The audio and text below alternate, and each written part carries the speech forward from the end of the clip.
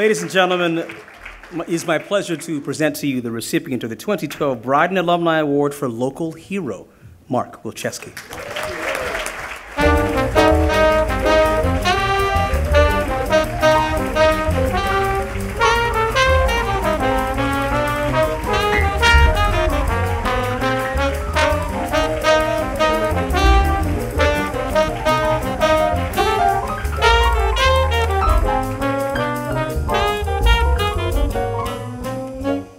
Keep going. Okay.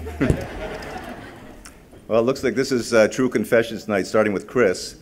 So some of you may know I graduated with a PhD in 1980 from York University in psychology.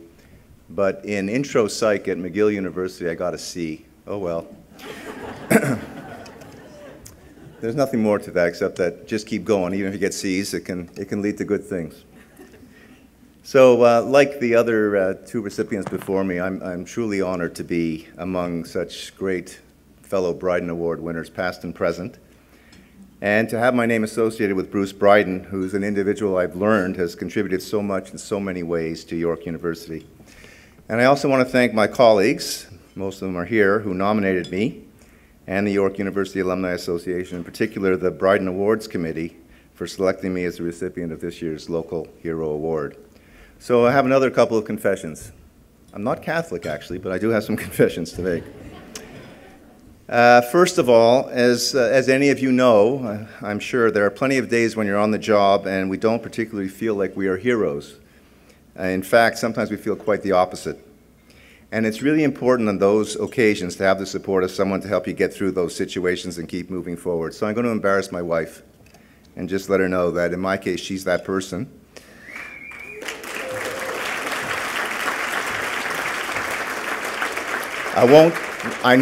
To my colleagues here, I never breached any confidentiality, okay? I never used names, but she heard plenty of rants with unnamed people in the rants, and she, in those moments, kept me going and saying, you know, you'll be okay. She told me what I needed to hear, like, you're terrific, you're right, you're right, you're right.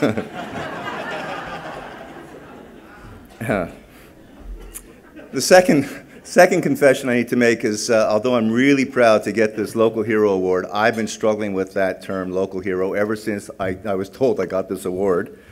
And I've struggled with it mostly because none of the sort of common definitions, the two most common definitions, really fit me.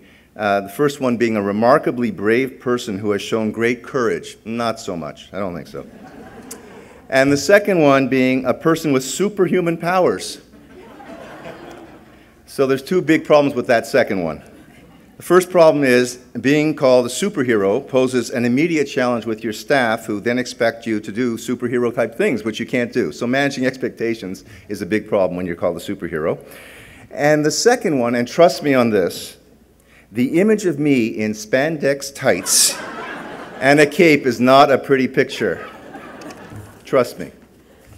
Actually, when I think about it, the people who more closely fit the definition of hero are the many students over the years who've been clients of our counseling and disability services.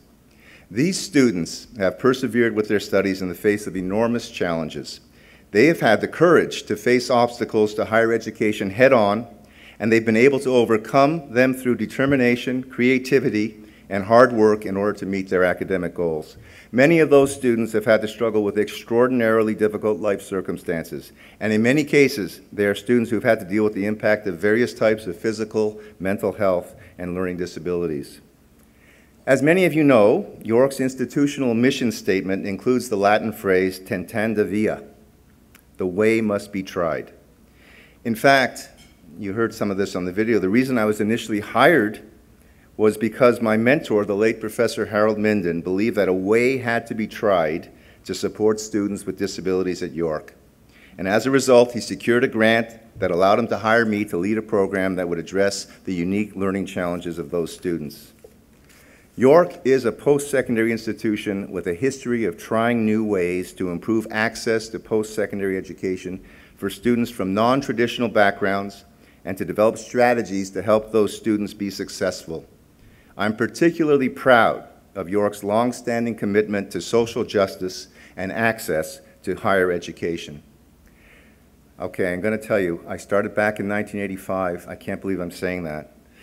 And when I began working there, it was a 3-year pilot project to support students with learning disabilities. I never imagined that I would continue to work at York for the next 27 years.